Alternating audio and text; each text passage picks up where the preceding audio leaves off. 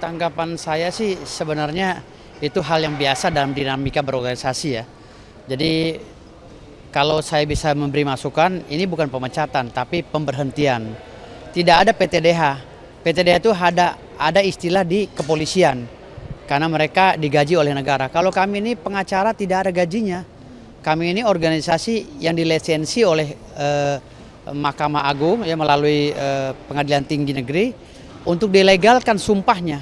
Jadi kalau ada istilah pemecatan itu tidak elok bagi kami yang tidak mendapatkan gaji dari pemerintah gitu loh. Kami hanya diberhentikan karena melanggar administrasi. Kalau memang melanggar administrasi harus ada proses kode etik ya, sidang kode etik di Dewan Etik. Namun saya tidak pernah diperiksa secara profesional. Lalu yang ketiga, saya ini tidak tahu masalahnya apa saya diberhentikan dari advokat KAI. Karena saya tidak pernah melanggar, saya ini orang yang berjuang berdasarkan kuasa untuk membela hak hukum klien saya. Adapun saya naik ke meja, itu kan saya spontan karena melihat pegawai pengadilan yang saya anggap itu bukan PAMDAL, ya, dan jaksa yang masuk terlalu riuh ripah dan memprovokasi yang mengatakan bahwa dia ada keributan, makanya saya protes. Tolong jangan aniaya klien saya bilang begitu. Tetapi itu spontanitas sifatnya. Saya naik, lalu jaksa menunjuk saya, suruh turun, saya turun.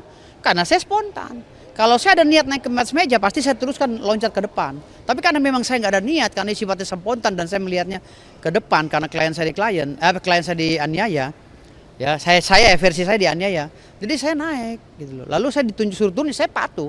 Saya turun lagi, gitu loh. Karena saya paham itu.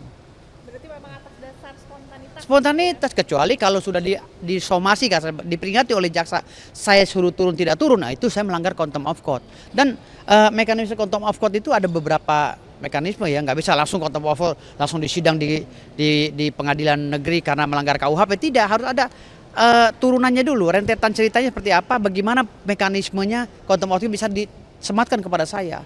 Harus ada pelanggaran-pelanggaran administrasi di dalam ruang persidangan, dalam proses persidangan. Nah ini kan persidangannya sudah tidak ada. Hakim sudah menutup, hakim sudah keluar, lalu jaksa masuk ke dalam dengan riuh ripah ya kan, dengan ributnya, dengan teriak-teriak, wah ini ribut, lalu ada lagi pegawai pengadilan, dua pengadilan menganiaya klien saya. Nah ini saya sebagai kuasa hukumnya melakukan tindakan preventif untuk mengamankan klien saya, walaupun ada kekeliruan. Nah hari ini saya dipecat oleh Kongres Advokat Indonesia, katanya dipecat ya. Ini dasarnya apa? Mungkin pemecatannya itu secara langsung. Secara langsung, tidak ada namanya, Sidang begitu ya. nggak ada sidang etik, tidak ada. Bagaimana mekanismenya sesuai dengan Langsung naik meja itu langsung dilakukan pemecatan atau nggak. Naik meja itu kan kami kan hari Kamis ya. Naik meja kalau nggak salah Kamis ya, Kamis. Tetapi pemecatannya hari Minggu, gitu loh. Jumat Sabtu kan tidak ada kegiatan karena KAI lagi melakukan Kongres Advokat di Bandung kan gitu. sempat ada komunikasi begitu. Kenapa pemecatan alasannya? Alasan buat mereka untuk pemecatannya seperti apa? Ketua DPD Provinsi Banten sudah mengatakan kepada saya sudah berbicara berkali-kali kepada DPP, tapi DPP didesak oleh seluruh masyarakat Indonesia dan DPD juga ikut campur di seluruh Indonesia, 37 provinsi ikut juga terprovokasi oleh ulah netizen ya, yang akhirnya pemecatan saya bukan berdasarkan administrasi hukum, tetapi berdasarkan desakan netizen. Jadi ini yang saya bilang tadi, ini hukum kok jadi dibolak-balik di Indonesia, saya bingung. Saya sampai sekarang nggak masuk akal ini. Tapi saya nggak ada masalah karena biar gimana pun di KAI itu kan orang tua saya semua, rekan saya, sahabat saya yang selama ini berjuang bersama saya nggak dendam sama mereka, nggak apa ya, saya anggap ya udah lumrah. Dan adapun hari ini saya dilaporkan oleh Mahkamah Agung ya bersama Bang Rasman Administration, saya bilang sama Bang Rasman, Bang ini kita ikuti karena biar gimana Mahkamah Agung kan orang tua kita. Jadi saya sudah minta maaf secara terbuka ke Mahkamah Agung ya. Saya juga sudah minta maaf kepada Kepala Pengadilan Negeri Jakarta Utara. Jadi adapun mereka marah ini ya saya tidak menjadikan ini satu masalah yang besar karena ini miskomunikasi antara kami dengan keluarga besar hukum ya, penegak hukum ya. Saya anggap ini biasa.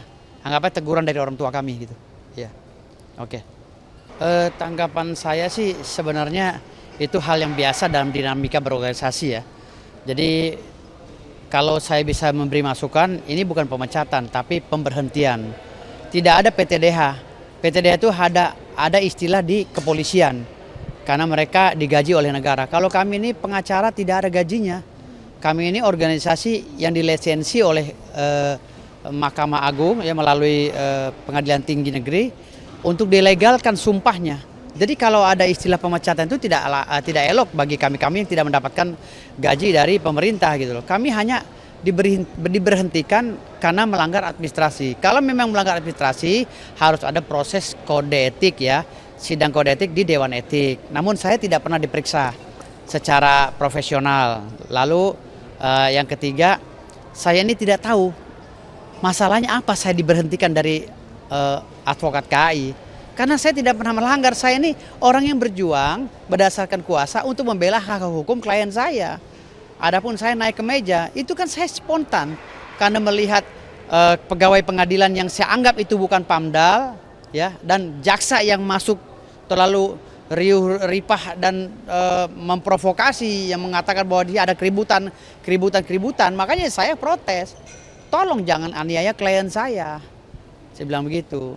Tetapi itu spontanitas sifatnya. Saya naik, lalu jaksa menunjuk saya, suruh turun, saya turun karena saya spontan. Kalau saya ada niat naik ke atas meja, pasti saya teruskan loncat ke depan. Tapi karena memang saya nggak ada niat, karena sifatnya spontan dan saya melihatnya ke depan karena klien saya dianiaya, ya versi saya dianiaya.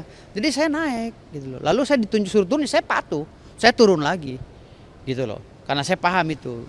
Berarti memang atas dasar spontanitas. Spontanitas, kecuali kalau sudah disomasi, diperingati oleh jaksa, saya suruh turun tidak turun, nah itu saya melanggar contempt of court. Dan mekanisme contempt of court itu ada beberapa mekanisme ya, nggak bisa langsung contempt of court, langsung disidang di pengadilan negeri karena melanggar KUHP, tidak, harus ada turunannya dulu, rentetan ceritanya seperti apa, bagaimana mekanismenya contempt of court bisa disematkan kepada saya.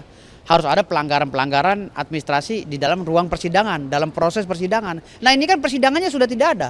Hakim sudah menutup, hakim sudah keluar, lalu jaksa masuk ke dalam dengan riuh ripah ya kan, dengan ributnya, dengan teriak-teriak, wah ini ribut. Lalu ada lagi pegawai pengadilan, 2 pengadilan menganiaya klien saya. Nah ini saya sebagai kuasa hukumnya melakukan tindakan preventif.